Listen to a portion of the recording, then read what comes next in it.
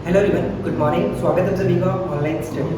तो आज हमारे पास है कृषि और पशुपालन से संबंधित कुछ महत्वपूर्ण क्वेश्चन, जो कि काफ़ी लोग कमेंट कर रहे थे कि कृषि और पशुपालन के क्वेश्चन को करा दीजिए। आज हम इस वीडियो में पार्ट 1 लेकर आए हैं और यहाँ से बहुत सारे टॉपिक्स भी आपको देखने को मिलेंगे और बहुत सारे क्वेश्चन हम इस वीडियो में कवर करने वाले हैं। तो काफ़ी इंटरेस्टिंग रहने वाला है, वीडियो के साथ एंड तक बने रहिए, क्योंकि इस वीडियो से ही आपको हर एग्जाम्स में 1 से 2 प्रश्न देखने को मिलेगा। तो ज़्यादा समय ना लेते हुए चलिए डायरेक्ट हम वीडियो को शुरू करते हैं। और तब तक वीडियो को आप हमेशा की तरह कर दीजिए लाइक और चैनल को कर दीजिए सब्सक्राइब। तो पार्ट 1 है कृषि और पशुपालन से संबंध में जो भी प्रश्न हम देखेंगे उसका ये पार्ट 1 है, क्योंकि इसके और भी बहुत सारे पार्ट्स आएंगे, क्योंकि और बहुत सारे इंपॉर्टेंट क्वेश्चन हमें लाना है, राइट। तो देखिए, सबसे पहला प्रश्न क्या है कि पंजाब को, ध्यान रखिएगा, पंजाब को भारत के अन्न भंडार के रूप में जाना जाता है। क्वेश्चन ये पूछा गया कि भारत का अन्न भंडार किसे कहते हैं, या फिर भारत की रोटी की टोकरी, भारत की रोटी की टोकरी किसको कहा जाता है, तो पंजाब को कहा जाता है। और आपको पता है कि पंजाब यानी 5 नदियों की भूमि होती है, और इस वजह से ये पृथ्वी पर सबसे उपजाऊ क्षेत्रों के रूप में माना जाता है। पृथ्वी पर सबसे उपजाऊ क्षेत्रों के रूप में माना जाता है पंजाब। अगला देखिए यहाँ पे पूसा, पूसा 444 किसकी किस्म है, तो ये बाजरा की किस्म हो जाती है। जबकि पतंजी 114 ये चना की प्रजाति है। जितने भी प्रजातियां हैं, जितने भी किस्म हैं, उनके नामों को हम कोशिश करेंगे कि एक जगह इकट्ठा रखें, लेकिन फिलहाल यहाँ पे हमारे पास जो है उसको अब ध्यान से देखें। मैंने कोशिश किया कि बाजरा की जो किस्म है उसको थोड़ा सा अलग कर दें। तो देखिए, बाजरा की प्रमुख जो किस्म है वो यहाँ पे देख सकते हैं HB538, HB538, साथ साथ B672, राज 171, राज 171, पूसा 322, यानी यहाँ पे भी देखिए पूसा 444 बाजरा किस्म है, और यहाँ पे पूसा 322 ये भी हो जाता है। पूसा 23 ये भी आपका बाजरा किस्म है। AHB 1200 जो कि ये भी आपका हो जाता है बाजरा की ही किस्म है। तो बाजरा के प्रमुख जो किस्म है वो आप थोड़ा सा यहाँ पे याद रखिएगा। और भी बहुत सारे हैं, हम कोशिश करते रहेंगे बीच बीच में इस तरह से आपको लाने की। अगला है कि भारत में गेहूं का उत्पादन अग्रणी जो राज्य हो कौन सा है, तो भारत में गेहूं का अग्रणी उत्पादन जो राज्य में होता है वो आपका उत्तर प्रदेश है। उत्तर प्रदेश है। साथ ही साथ सर्वाधिक पशुधन पाए जाने वाले, यानी सर्वाधिक जो पशु होते हैं वो कहाँ पर भी, तो वो उत्तर प्रदेश के अंतर्गत ही आपको देखने को मिलेगा। ठीक है, क्लियर है, यहाँ तक तो कोई दिक्कत नहीं होना चाहिए। क्वेश्चन अच्छे लग रहे हैं तो प्लीज़ ज़रूर वीडियो को लाइक कर दीजिएगा, रिक्वेस्ट कर दीजिएगा। चलिए अगला है, देखिए रबी की प्रमुख फसल, एक होता है रबी की फसल, एक होता है खरीफ फसल, जायद फसल, नकदी फसल। ये 4 बहुत इंपॉर्टेंट है, लेकिन इनमें से भी सबसे ज़्यादा महत्वपूर्ण जो होता है वो रबी और खरीफ होता है। तो मैंने यहाँ पे आज इस वीडियो में रबी कवर करने वाला हूँ। रबी के बारे में आपको ऑलरेडी बहुत सारे ट्रिक्स मैंने दिया था, रबी फसल को कैसे याद रखते हैं। जैसे कि यहाँ पे देखिए रबी फसल होता है क्या, तो रबी की फसल उत्तर भारत में अक्टूबर नवंबर माह में इसको बोई जाती है। अक्टूबर नवंबर माह के दौरान बोई जाती है, जो कि कम तापमान में बोई जाती है, यानी कि ठंडे के मौसम में ये बोई जाती है। फसल की कटाई फरवरी मार्च या फिर अप्रैल के अंतर्गत ये की जाती है। ठीक है, यहाँ पे फरवरी मार्च रहता है, फरवरी मार्च या फिर कभी कभी मार्च अप्रैल रहेगा, तो दिक्कत नहीं। ठीक है, मार्च अप्रैल या फिर इसको हम फरवरी कर देते हैं, यानी ये 3 महीने के अंतर्गत कभी भी काटे जाते हैं, राइट। अब देखिए यहाँ पे एक छोटा सा तरीका मैं आपको बताता हूँ, याद रखिए। रबी फसल की जो कटाई और बुआई है वो कैसे याद रखेंगे, ONMA, ओनमा याद रख लीजिए, ओनमा, फिर या फिर ओनमा कह सकते हैं, ओनमा ओनमा। तो यहाँ पे देखिए O और N क्या है, O और N से हम कह सकते हैं कि अक्टूबर और नवंबर बोई जाती है, यानी स्टार्टिंग के जो 2 लेटर आपको दिख रहा है वो इसकी बुआई हो गई, और जो लास्ट में आप देख रहे हैं MA ये मार्च अप्रैल इसकी कटाई हो जाती है, मार्च अप्रैल इसकी कटाई हो जाती है, यानी स्टार्टिंग में बुआई 2 लेटर, लास्ट के 2 लेटर कटाई। तो ओनमा याद रखेंगे। और इसी तरह से हम अगर खरीफ फसल की बात करें तो चलो खरीफ फसल के बारे में भी हम बात कर ही लेते हैं जब कर रहे हैं। तो जो खरीफ फसल की बुआई कटाई के लिए मैंने आपको याद रखा था जूजू नदी, जूजू नदी याद रखा है, वो क्या है, यानी यहाँ पे देखिए जून से आपका 1 हो जाता है, जून जुलाई में इसकी बुआई की जाती है, जून जुलाई में, और नवंबर दिसंबर में इसकी कटाई की जाती है, नवंबर दिसंबर में इसकी कटाई की जाती है। तो इस तरह से आपको याद रहेगा, दिक्कत नहीं होगा। और इसके अंतर्गत आने वाली जो फसल है उस पर मैंने ऑलरेडी एक ट्रिक बना रखा है, आप हमारे चैनल पे सर्च कर लीजिएगा, रबी और खरीफ फसल की ट्रिक्स वो आपको मिल जाएगा। ठीक है, यहाँ पे देखिए इसके अंतर्गत आने वाले जो फसल है, सबसे महत्वपूर्ण जो फसल इसके अंतर्गत आता है वो यहाँ पे है। सबसे ज़्यादा जो कि चना पूछा जाता है, सॉरी सरसों हो गया और चना गेहूँ, ये तीन जो कि बहुत इंपॉर्टेंट है, याद रखिएगा।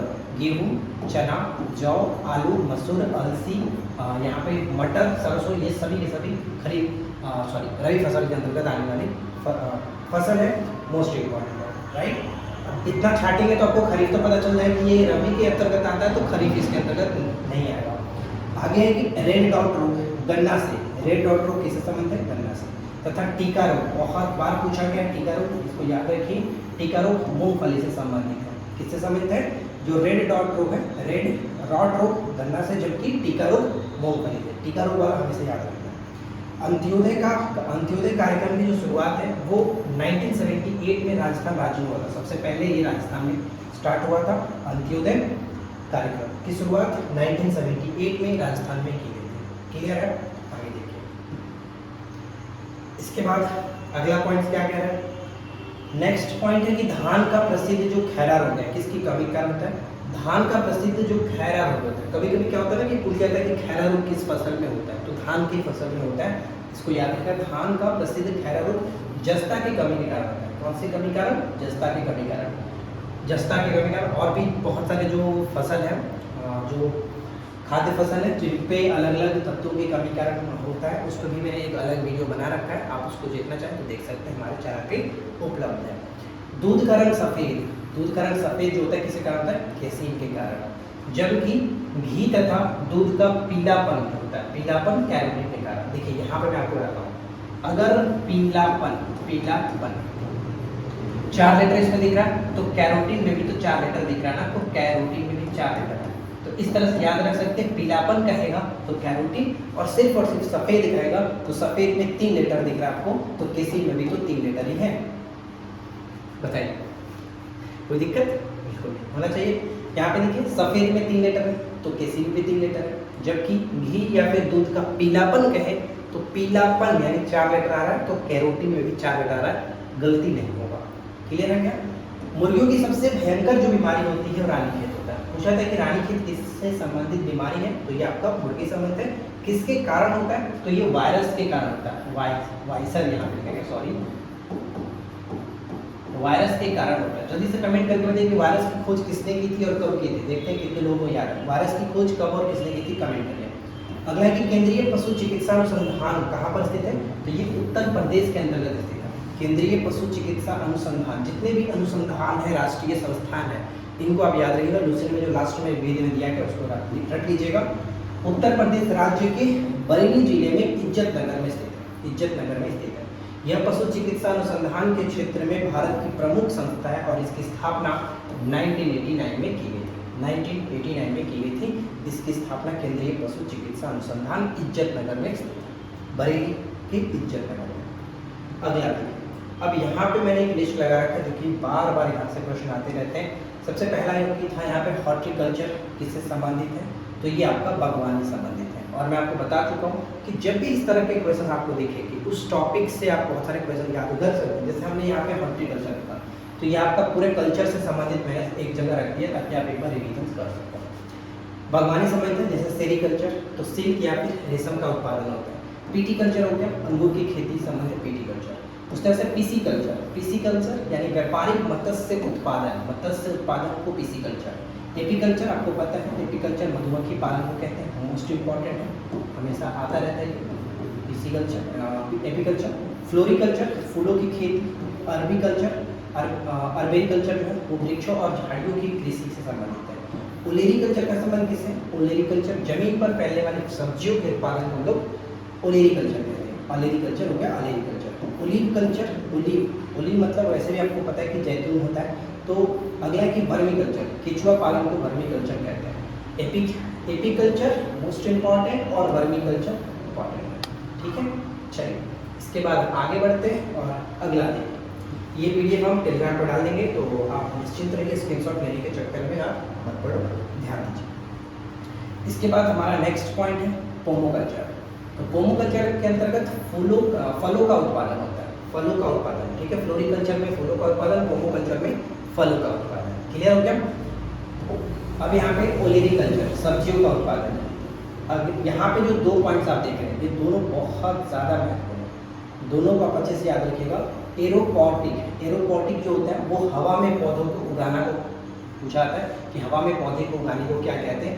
एरोपॉटिक। एरो जैसे कि आपको पता है ना कि एरो यानी कि एयर, जिस तरह से क्लियर हो जाएगा।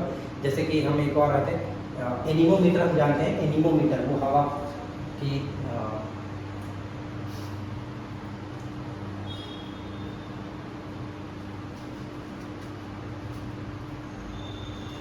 तो ये तो क्लियर हो गया। अब इसके बाद है हाइड्रोपोनिक्स। हाइड्रोपोनिक्स के अंतर्गत क्या करते हैं? पानी में पौधे को उगाना, यानी बिना मिट्टी के पौधे को उगाने को लोग हाइड्रोपोनिक्स कहते हैं। ये ध्यान रखिएगा, ये दोनों के दोनों बहुत ज़्यादा इंपॉर्टेंट है और एकदम धीरे इसको मान करके याद रखिएगा, ठीक है।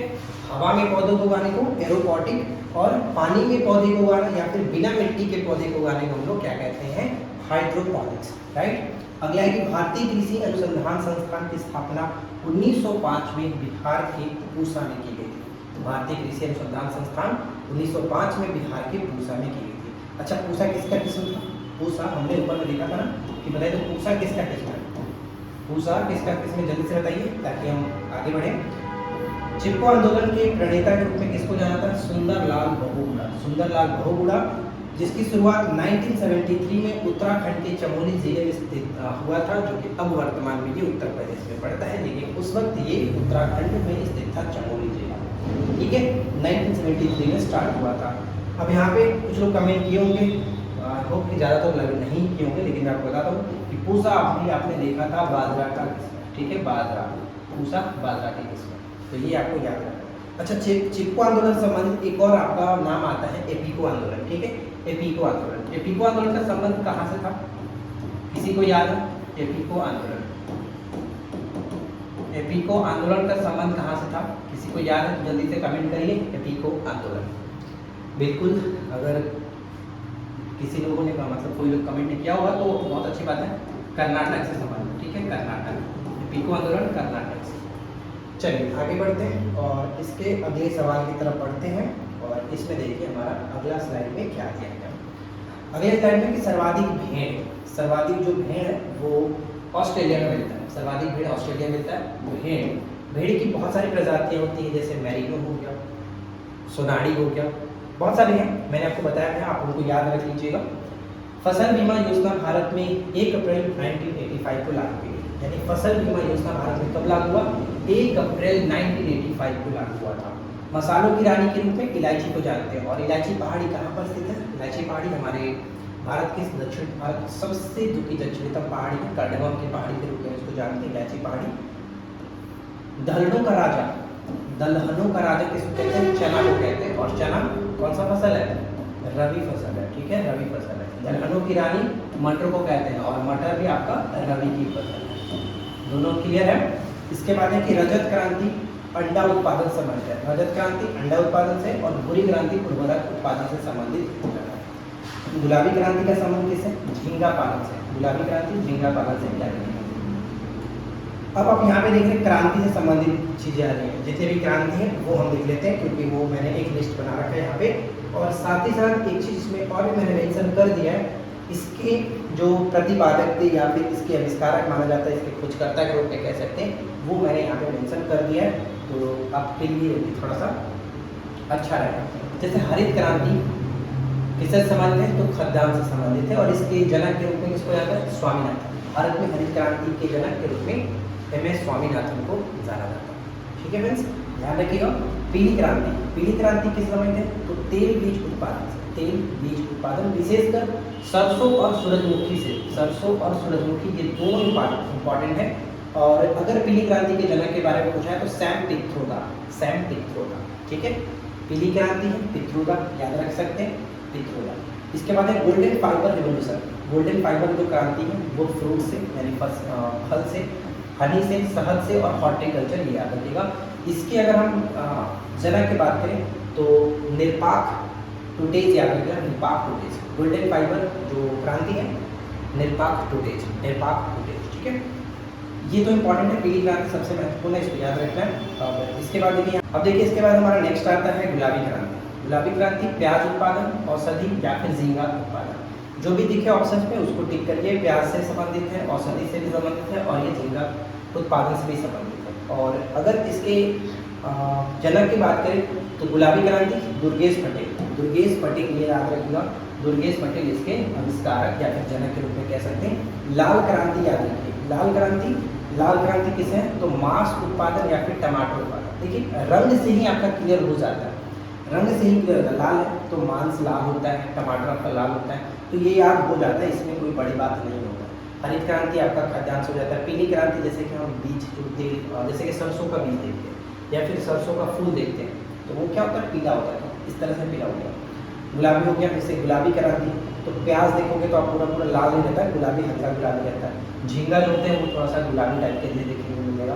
तो इस तरह से आप याद रख सकते हो। और यहाँ पे लाल क्रांति का संबंध विशाल तिवारी याद रखिएगा, विशाल तिवारी, विशाल तिवारी, ठीक है। लाल साल, विशाल लाल हो गया, लाल साल, ये याद रखेंगे। दिक्कत नहीं होना चाहिए, बस याद हो जाना चाहिए, क्योंकि पेपर में अब इस तरह से भी प्रश्न पूछे जाते हैं कि कौन इसके आविष्कारक हैं, या फिर उनसे मैच करने के लिए प्रश्न पूछा जाता है कि कौन किसके साथ सही तरीके से मैच हो रहा है, उनके जनक के साथ। अब देखिए श्वेत क्रांति, तो दूध श्वेत होता है तो श्वेत क्रांति हो गया। वर्गीस कुरियन को हम जानते हैं। दूध क्रांति को ऑपरेशन फ्लड के नाम से भी जानते हैं। ऑपरेशन फ्लड भारत में 1970 में स्टार्ट किया गया था, ये भी इंपॉर्टेंट है। 1970 में स्टार्ट किया गया था, याद रखिएगा ऑपरेशन फ्लड। मैं यहाँ पे लिख देता हूँ ऑपरेशन फ्लड, ऑपरेशन फ्लड, ठीक है। ऑपरेशन फ्लड 1970 में स्टार्ट किया गया था। इसके बाद है भूरी क्रांति, तो भूरी क्रांति चमड़ा, कोको या फिर गैर पारंपरिक उत्पाद भूरी क्रांति संबंध होता है। और वहाँ पर देख सकते हैं भूरी क्रांति के जो जनक है हीरालाल चौधरी, हीरालाल चौधरी, ठीक है, हीरालाल चौधरी। इसके बाद है नीली क्रांति। नीली क्रांति बहुत बार पूछा था, नीली क्रांति मछली उत्पादन से डॉक्टर अरुण कृष्णन, डॉक्टर अरुण कृष्णन, नीली क्रांति डॉक्टर अरुण कृष्णन। रजत क्रांति, तो रजत क्रांति अंडा उत्पादन से और इसके इंदिरा गांधी हो जाएगा। अगला है प्रोटीन क्रांति, तो उच्च उत्पादन, उच्च उत्पादन किस क्षेत्र में, तो दूसरी हरित क्रांति पर आधारित था, ये तकनीक पर आधारित था। और इसके जो जनक के रूप में जानते हैं नरेंद्र मोदी और अरुण जेटली के द्वारा ये प्रोटीन क्रांति को स्टार्ट किया गया था। रजत फाइबर क्रांति हो गया कपास के साथ। ग्रे क्रांति उर्वरक, ध्यान रखिएगा रजत क्रांति सिर्फ और सिर्फ कहा जाए तो रजत क्रांति अंडा उत्पादन से, लेकिन रजत फाइबर क्रांति कहा जाए तो वहाँ पे कपास होगा। ग्रे क्रांति का संबंध उर्वरक के साथ, ग्रे क्रांति उर्वरक, गोल क्रांति आलू के साथ, और काली क्रांति हो गया पेट्रोलियम उत्पादन, पेट्रोलियम उत्पादन, ठीक है। इन सभी को याद रखना है। चलिए इसके बाद आगे देखते हैं। नेक्स्ट स्लाइड में हमारा क्या कह रहा है उस पर ध्यान रखते हैं। नेक्स्ट स्लाइड में है कि भारतीय गन्ना शोध संस्थान, भारतीय गन्ना शोध संस्थान कहाँ पर है, कोयम्बटूर, कोयम्बटूर में भारतीय गन्ना शोध संस्थान कोयम्बटूर में। और दक्षिण भारत का मैनचेस्टर, दक्षिण भारत का मैनचेस्टर, दक्षिण भारत का मैनचेस्टर भी इसको कहते हैं, मैनचेस्टर, मैनचेस्टर के दक्षिण भारत का मैनचेस्टर किसको कहते हैं, कोयम्बटूर को कहते हैं। केंद्रीय चावल शोध संस्थान कहाँ पर, कटक में, कटक में उड़ीसा में। तथा केंद्रीय तंबाकू शोध संस्थान कहाँ पे, राजमुंदरी आंध्र प्रदेश में स्थित है। दोनों इंपॉर्टेंट है।